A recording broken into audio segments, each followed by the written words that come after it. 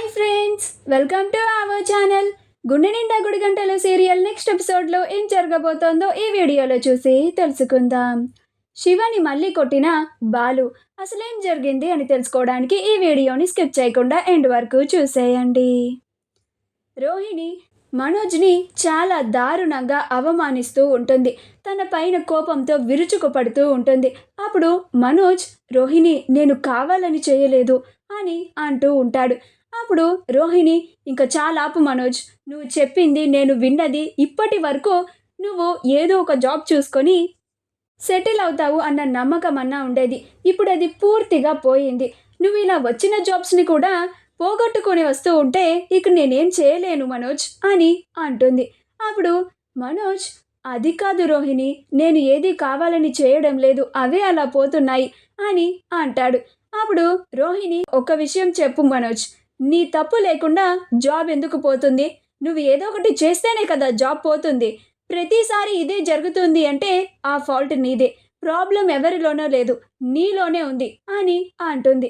అప్పుడు మనోజ్, అంటే మా ఓనర్ నా మీద కోపంగా మాట్లాడేసరికి నేను కూడా రివర్స్లో అతనితో గొడవ పడ్డాను, అందుకని నన్ను జాబ్లో నుంచి తీసేశాడు అని అంటాడు.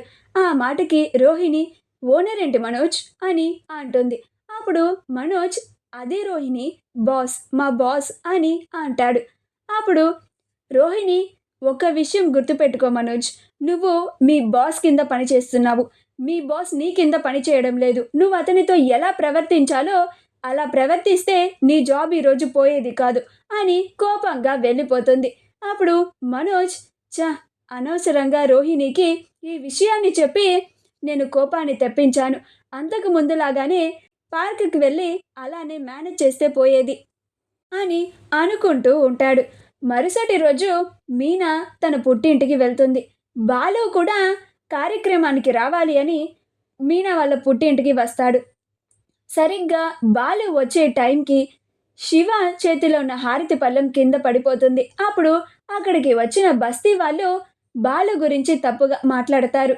అప్పుడు దానికి పార్వతి బాధపడుతూ, మా అల్లుడు గారి వల్లే, ఆయన ఆవేశం వల్లే ఈరోజు నా కొడుకు ఇలాంటి పరిస్థితుల్లో ఉన్నాడు. అలాంటి మనిషితో నా కూతురు ఎలా కాపురం చేస్తుందో అని నాకు చాలా భయంగా ఉంది అని కన్నీళ్లు పెట్టుకుంటూ ఉంటుంది. ఆ మాటలు బాలు వింటాడు. అప్పుడు కోపంగా లోపలికి వచ్చి, ఏంటిది అత్తయ్య గారు, మీరు ఇంతమందిని పిలిచి ఇంతమందిలో నా గురించి తప్పుడు ప్రచారం చేయడానికి అసలు మీకు మనసు లేదా అని అంటూ ఉంటాడు. అప్పుడు పార్వతి ఏమీ మాట్లాడకుండా మౌనంగా ఉంటుంది.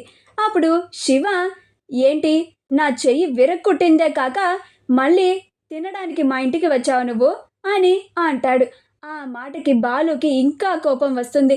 అక్కడ ఉన్న వాళ్ళంతా, ఇదేంటి శివ బాలుని అంత మాట అనేశాడు అని ఆశ్చర్యపోతారు.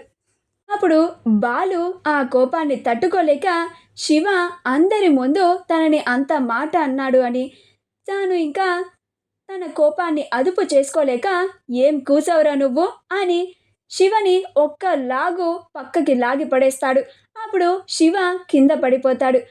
తనకి చెయ్యి నొప్పి కాస్త మరింత ఎక్కువైపోతూ ఉంటుంది. అది చూసి మీనా, పార్వతులు ఇంకా ఏడుస్తూ ఉంటారు. శివని పట్టుకొని బాధపడుతూ ఉంటారు. అప్పుడు శివ, చూసావా అమ్మ, ఈ మనిషి నన్ను ఎలా కొడుతున్నాడో, ఆ రోజు కూడా ఇంతే అక్క, నన్ను కాలుతో కూడా తన్నాడు, నా గుండెల మీద తన్నాడు అని కావాలని బాలు మీద ఎక్కేసి చెప్తూ ఉంటాడు.